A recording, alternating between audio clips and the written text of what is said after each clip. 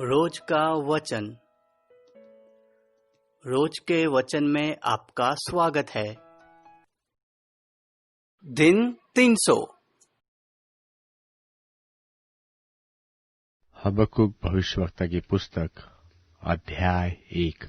हबक्कुक भविष्यवक्ता की पुस्तक अध्याय 1। भारी वचन जिसको हबक्कुक नबी ने दर्शन में पाया।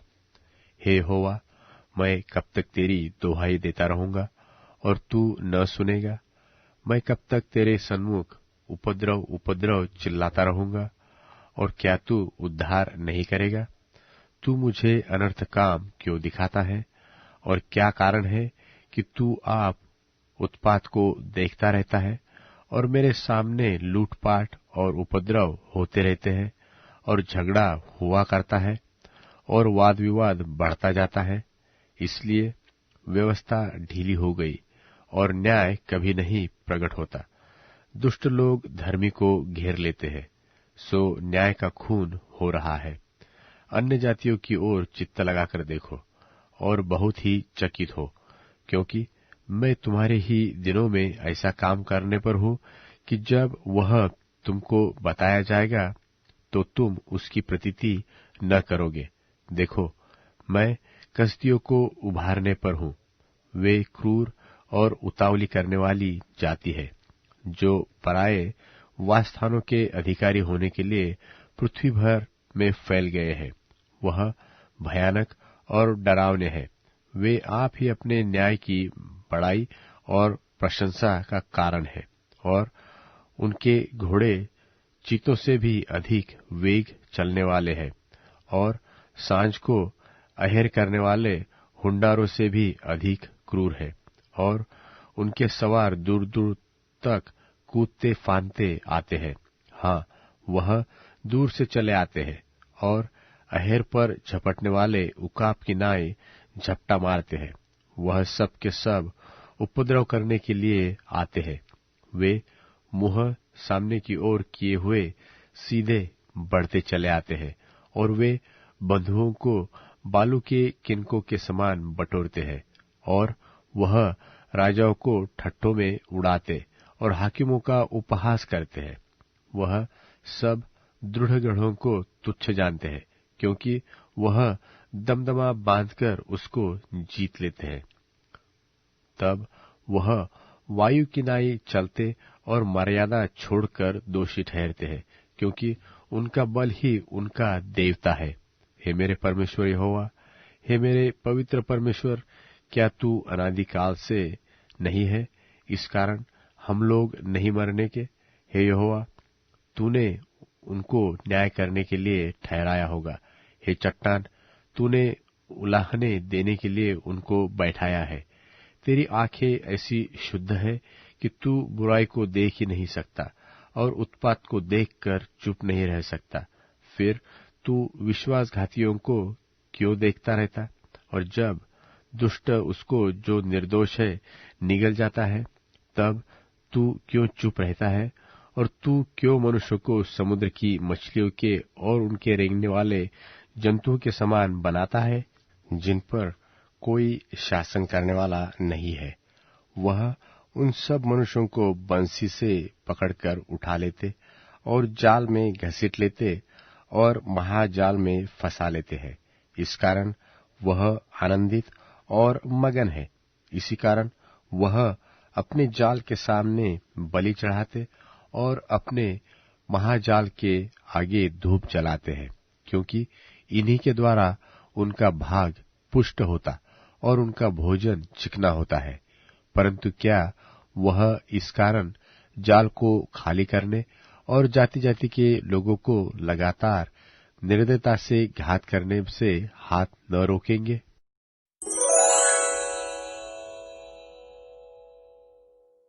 हबक्कुक भविष्यवक्ता की पुस्तक अध्याय 2। हबक्कुक भविष्यवक्ता की पुस्तक अध्याय 2।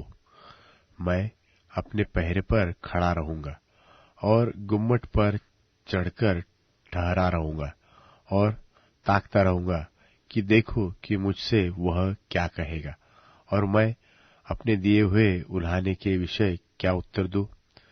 यहोवा ने मुझसे कहा, दर्शन की बातें लिख दे, वरन पटियाओं पर साफ साफ लिख दे, ताकि दौड़ते हुए भी वे सहज से पढ़ी जाए, क्योंकि इस दर्शन की बात नियत समय में पूरी होने वाली है। वरन इसके पूरे होने का समय वेग से आता है, और इसमें धोखा न होगा। चाहे इसमें विलंब हो तो भी उसकी बाट जोहते रहना, क्योंकि वह निश्चय पूरी होगी, और इसमें देर न होगी। देख, उसका मन फुला हुआ है, उसका मन सीधा नहीं है, परंतु धर्मी अपने विश्वास के द्वारा जीवित रहेगा। फिर दाख मधु से धोखा होता है। अहंकारी पुरुष घर में नहीं रहता, और उसकी लालसा अधोलोक किसी पूरी नहीं होती, और मृत्यु की नाई उसका पेट नहीं भरता। अर्थात वह सब जातियों को अपने पास खींच लेता, और सब देशों के लोगों को अपने पास इकट्ठे कर रखता है। क्या वे सब उसका दृष्टांत चलाकर और उस पर ताना मारकर न कहेंगे कि हाय उस पर जो पराया धन छीन छीन कर धनवान हो जाता है? कब तक? हाय उस पर जो अपना घर बंधक की वस्तुओं से भर लेता है। क्या वे लोग अचानक न उठेंगे जो तुझसे ब्याज लेंगे? और क्या वे न जागेंगे जो तुझको संकट में डालेंगे? और क्या तू उनसे लूटा न जाएगा? तूने जो बहुत सी जातियों को लूट लिया है, सो सब बचे हुए लोग तुझे भी लूट लेंगे। इसका कारण मनुष्यों की हत्या है, और वह उपद्रव भी जो तूने इस देश और राजधानी और इसके सब रहने वालों पर किया है। हाय उस पर जो अपने घर के लिए अन्याय से लाभ का लोभी है, ताकि वह अपना घोंसला ऊंचे स्थान में बनाकर विपत्ति से बचे। तूने बहुत सी जातियों के घर को काटकर अपने लिए लज्जा की युक्ति बांधी, और अपने ही प्राण का दोषी ठहरा है, क्योंकि घर की भीत का पत्थर दुहाई देता है, और उसके छत की कड़ी उनके स्वर में स्वर मिलाकर उत्तर देती है। हाय उस पर जो हत्या करके नगर को बनाता और कुटिलता करके गढ़ को दृढ़ करता है। देखो, क्या यह सेनाओं के यहोवा की ओर से नहीं होता कि देश देश के लोग परिश्रम तो करते हैं, परंतु वह आग का कौर होते हैं, और राज्य राज्य के लोगों का परिश्रम व्यर्थ ही ठहरेगा, क्योंकि पृथ्वी यहोवा की महिमा के ज्ञान से ऐसी भर जाएगी जैसे समुद्र जल से भर जाता है। हाय उस पर जो अपने पड़ोसी को मदिरा पिलाता और उसमें विष मिलाकर उसको मतवाला कर देता है कि वह उसको नंगा देखे। तू महिमा की संति अपमान ही से भर गया है। तू भी पी और अपने को खतनाहीन प्रकट कर। जो कटोरा यहोवा के दाहिने हाथ में रहता है, सो घूमकर तेरी ओर भी जाएगा, और तेरा विभव तेरी छांट से अशुद्ध हो जाएगा, क्योंकि लबानोन में तेरा किया हुआ उपद्रव और वहां के पशुओं पर तेरा किया हुआ उत्पात, जिससे वे भयभीत हो गए थे, तुझ पर आ पड़ेंगे। यह मनुष्यों की हत्या और उस उपद्रव के कारण होगा जो इस देश और राजधानी और उसके सब रहने वालों पर किया गया है। खुदी हुई मूरत में क्या लाभ देखकर बनाने वाले ने उसे खोदा है? फिर तू झूठ सिखाने वाली और ढली हुई मूरत में क्या लाभ देखकर ढालने वाले ने उस पर इतना भरोसा रखा है कि न बोलने वाली और निकम्मी मूरत बनाए? हाय उस पर जो काठ से कहता है कि जाग, व अबोल पत्थर से कि उठ, क्या वह सिखाएगा? देखो, वह सोने चांदी में मड़ा हुआ तो है, परंतु उसमें आत्मा नहीं है। यहोवा अपने पवित्र मंदिर में है। समस्त पृथ्वी उसके सामने शांत रहे।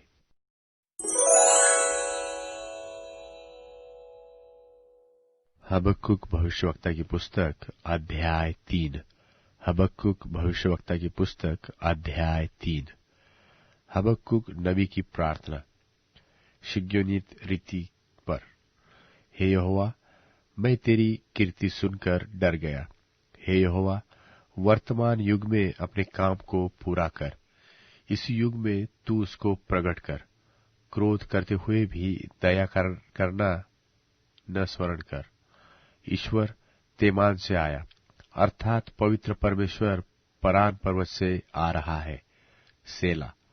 उसका तेज आकाश पर छाया हुआ है और पृथ्वी उसकी स्तुति से परिपूर्ण हो गई है, और उसकी ज्योति सूर्य के तुल्य थी।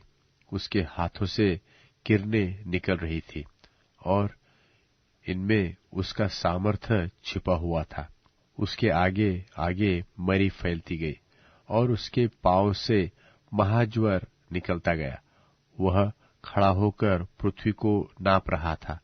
उसने देखा और जाति जाति के लोग घबरा गए और सनातन पर्वत चकनाचूर हो गए और सनातन की पहाड़ियां झुक गई। उसकी गति अनंत काल से एक सी है। मुझे कुशान के तंबू में रहने वाले दुख से दबे दिखाई पड़े और मिद्यान देश के डेरे डगमगा गए। हे यहोवा, क्या तू नदियों पर रिसियाया था? क्या तेरा क्रोध नदियों पर भड़का था? क्या तेरी जलजलाहट समुद्र पर भड़की थी कि तू अपने घोड़ों पर और उद्धार करने वाले विजयी रथों पर चढ़कर आ रहा है? तेरा धनुष खोल में से निकल गया। तेरे दंड का वचन शपथ के साथ हुआ था। तूने धरती को नदियों से चीर डाला। पहाड़ तुझे देखकर कांप उठे। आंधी और जल प्रलय निकल गए। गहरा सागर बोल उठा और अपने हाथों अर्थात लहरों को ऊपर उठाया। तेरे उड़ने वाले तीरों के चलने की ज्योति से और तेरे चमकीले भाले की झलक के प्रकाश से सूर्य और चंद्रमा अपने अपने स्थान पर ठहर गए। तू क्रोध में आकर पृथ्वी पर चल निकला। तूने जाति जाति को क्रोध से नाश किया और तू अपनी प्रजा के उद्धार के लिए निकला। हाँ, अपने अभिषिक्त के संग होकर उद्धार के लिए निकला। तूने दुष्ट के घर के सिर को घायल करके उसके गले तक नेव को नंगा कर दिया। तूने उसके योद्धाओं के सिर को उसी की बर्छी से छेदा है। वे मुझको तितर बितर करने के लिए बवंडर की आंधी की नाई तो आए और दीन लोगों को घात लगाकर मार डालने की आशा से आनंदित थे। तू अपने घोड़ों पर सवार होकर समुद्र से, हाँ, जल प्रलय से पार हो गया। यह सब सुनते ही मेरा कलेजा कांप उठा। मेरे ओठ थरथराने लगे, मेरी हड्डियां सड़ने लगी और मैं खड़े खड़े कांपने लगा, ताकि मैं उस दिन की बाट शांति से जोहता रहूं जब दल बांधकर प्रजा चढ़ाई करे।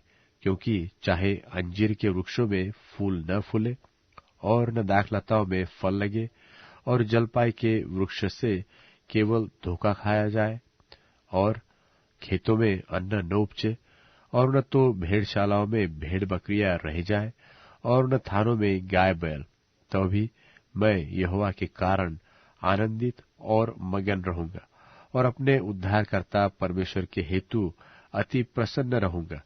यहोवा परमेश्वर मेरा बलमूल है और वह मेरे पांव हरिणों के समान बना देता है और मुझको मेरे ऊंचे स्थानों पर चलाता है।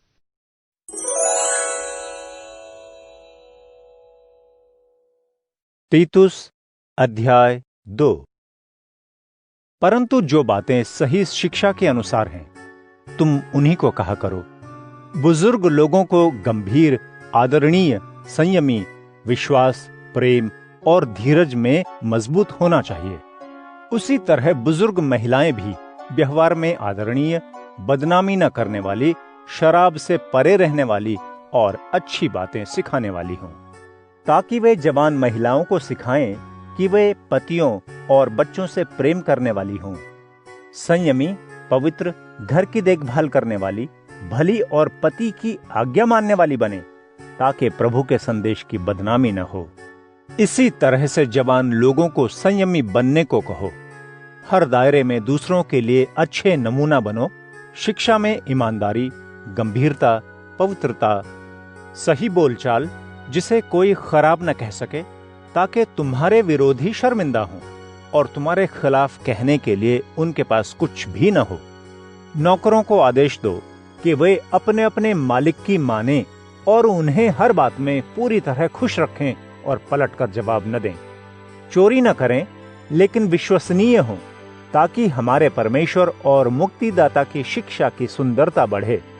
क्योंकि परमेश्वरीय कृपा जिसके कारण मुक्ति है, सभी लोगों के लिए प्रकट हुई है और हमें सिखाती है कि हम दुष्टता और दुनिया की अभिलाषाओं को छोड़कर गंभीरता, खराई और परमेश्वरीय स्वभाव के साथ वर्तमान युग में जिएं और बड़ी आशा अर्थात परमेश्वर और मुक्तिदाता यीशु के महिमामय दूसरे आगमन का इंतजार करते रहें, जिन्होंने अपने आप को हमारे लिए दे दिया ताकि हमें हर तरह की दुष्टता से छुड़ाएं और पवित्र करके अपने लिए खास लोगों को तैयार करें जो अच्छे काम करने में सरगर्म हों। इन बातों को सिखाया करो, हिम्मत बढ़ाओ और अधिकार के साथ डांटो, तुम्हें कोई तुच्छ न समझने पाए।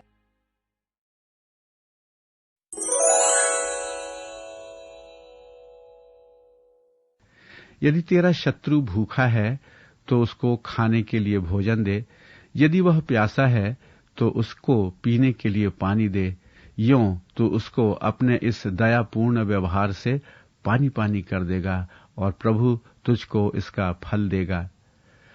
जैसे मौसमी हवा अपने साथ वर्षा लाती है, वैसे ही चुगलखोर जीभ क्रुद्ध दृष्टि उत्पन्न करती है।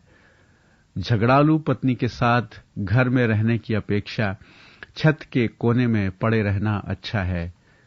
जैसे प्यासे प्राण के लिए शीतल जल स्फूर्तिदायक होती है, वैसे ही दूर देश से आया शुभ समाचार। जब धार्मिक मनुष्य का दुर्जन के सन्मुख नैतिक पतन हो जाता है, तब वह मानो कीचड़ भरा झरना अथवा विष भरा जलकुंड बन जाता है। जैसे भरपेट शहद खाना अच्छा नहीं, वैसे ही अधिक खुशामद करना ठीक नहीं। जो मनुष्य अपने पर संयम नहीं रखता, वह उस तहस नहस नगर के समान है जिसकी शहर पनाह ध्वस्त कर दी गई है।